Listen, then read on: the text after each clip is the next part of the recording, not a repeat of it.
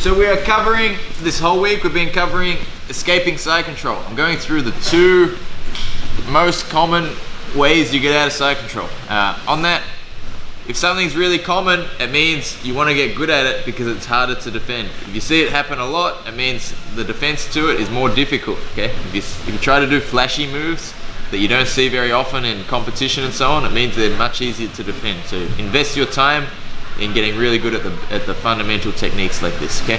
So there's 2 main ways we're going to escape side control.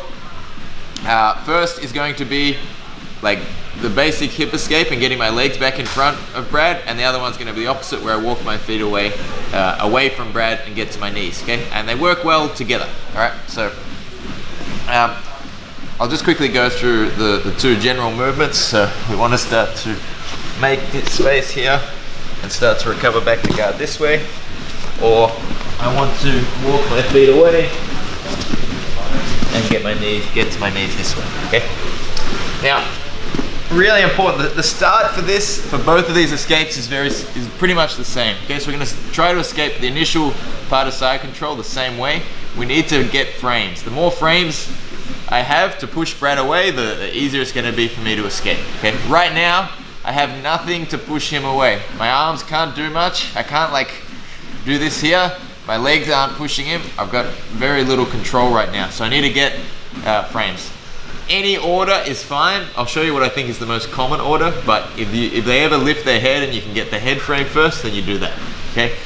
Usually I find the hip frames are the most available ones to start with. So I'm gonna try and get my elbow in front of the hip. I can't get it, it's jammed here, so I'm gonna bring my head and my shoulders away from the hip, like this, shimmy to the side, and now when I drop my elbow, I've got space. Okay, so again, I open that space and then I jam. I actually wanna push Brad's hips as far away as possible from my hips now. So I'm using my forearm here, like towards the elbow, I'm using that part to push right now. When your arm's bent like this, never use your hand here, because if he drops his hip, he can break my wrist, okay?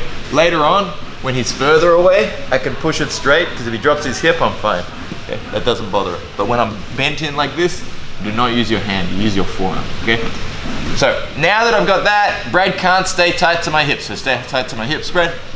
Okay, now I can start to get my right leg in as a frame, doing the same thing, pushing on the hip.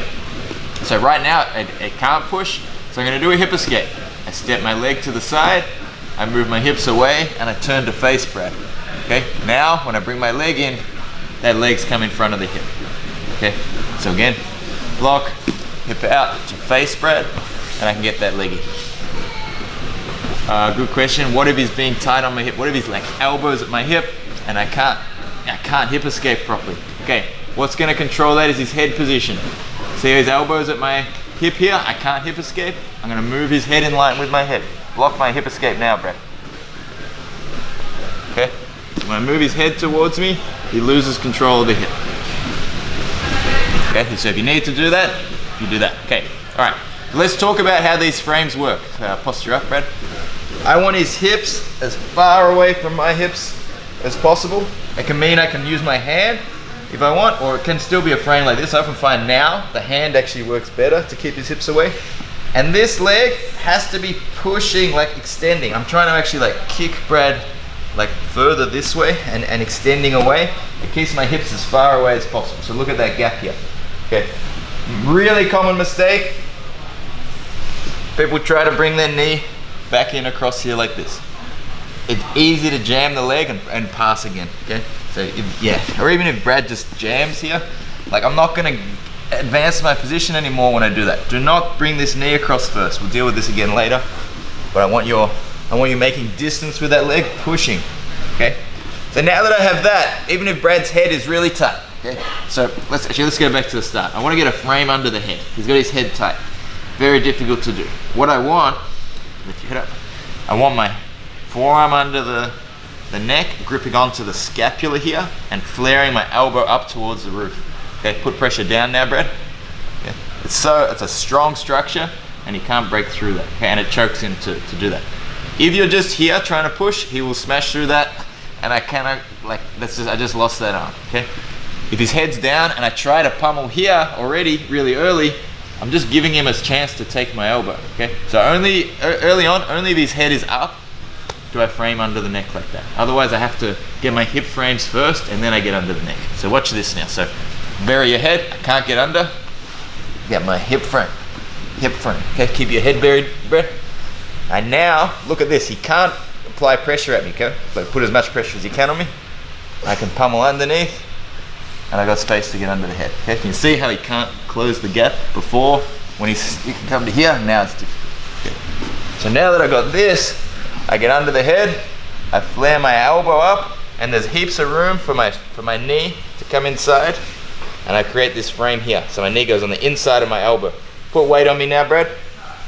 Okay, this is fine. I can keep his weight off me with my legs really easy. Okay, this is annoying me, so I'm gonna pummel my hand to the inside, and I open his elbow out a little bit. Okay, that can free my head. And now my head's free. I can move my head away a little bit, blocking this arm. All right. Now I have time. I got 4 frames. I got my left leg, my right leg, my left hand, and my right hand. Everything is keeping Brad off me. Really good position to get, okay? Now I can recover back to an open guard, okay? People do this wrong as well, okay? I really recommend not doing this where you bring your knee first and we run into the same problem where he's jammed my hook. It's not even yet a butterfly hook, okay? I can't decide to make that a butterfly hook. You can jam it before it becomes a butterfly hook. Do not lead with your knee, okay? I want to keep my head away.